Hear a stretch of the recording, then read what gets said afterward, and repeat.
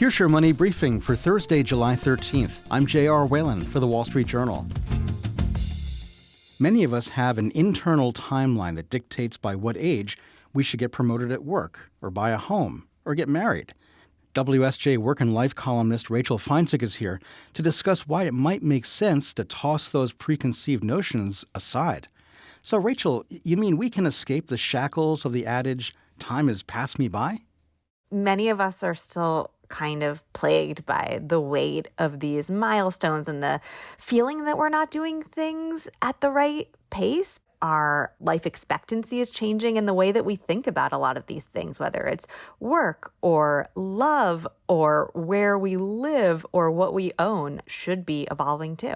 Why do we have these timelines in our heads that chart milestones as to when things are supposed to happen in our lives? Well, it's really funny. They just seem to be a part of us. There was one study out of Stanford that showed that the age that we think people should do things, whether it's like get your first job or get married, hasn't really changed that much. So even as we are doing things later and later, people still have this expectation that like I should be getting married at the same age that my parents did or having a kid at the same age that my parents did. How has the current economy altered that timeline for a lot of people? Things like buying a house, rising home prices, interest rates, it's just made a lot of the stuff a lot harder. Income inequality, there's a lot of things that have happened to the economy over decades that have just made hitting a lot of these milestones a lot harder for people. Student loan debt, a lot of this isn't our fault. We're just in a different financial situation than our parents or grandparents were. So for example, in the Stanford study that I was mentioning, it found that all generations coalesced around a few milestones in your late 20s. So they agreed that like around 26 is the right age to get married, around 27 is the right time to buy a house, and around 28 is the right moment to start a family. But we're not actually doing those things on that timeline anymore, most of us at least. When people talk about past generations and hitting milestones, we sometimes hear them say their parents had it so easy, or at least they made it look so easy. In a lot of cases, our parents did have it easier or just different. When I was talking to this professor at Stanford, she made the point, if you go back many decades, people graduated from high school and that was their education. And then they went straight to work. And it made sense to do all of these things in this order, in this kind of compressed time frame. But now our education opportunities are so much greater. The way we think about relationships are different. What we want from our lives are different. And what we can have is different because our lifespans are getting so much longer.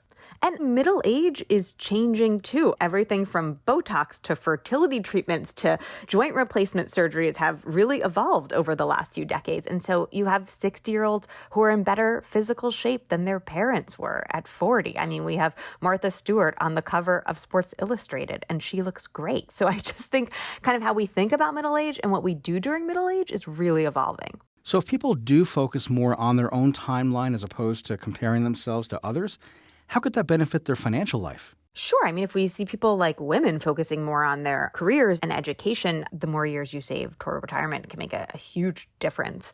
I mean, there's also a sense that this can get a little bit risky, right? If you really just throw your total timeline to the wind and you're not saving for retirement at all, because what does it matter? You might end up in a tricky situation on the line. At the same time, like I said before, middle age is different now. Maybe working at a different pace, but working longer wouldn't be the worst thing for many of us, is something that I heard from the Stanford professor, that having that kind of like intellectual engagement in your life. And so it's all about a balance, and people have to prioritize what they want. You spoke to several people who wrestled with this internal timeline when dealing with their career.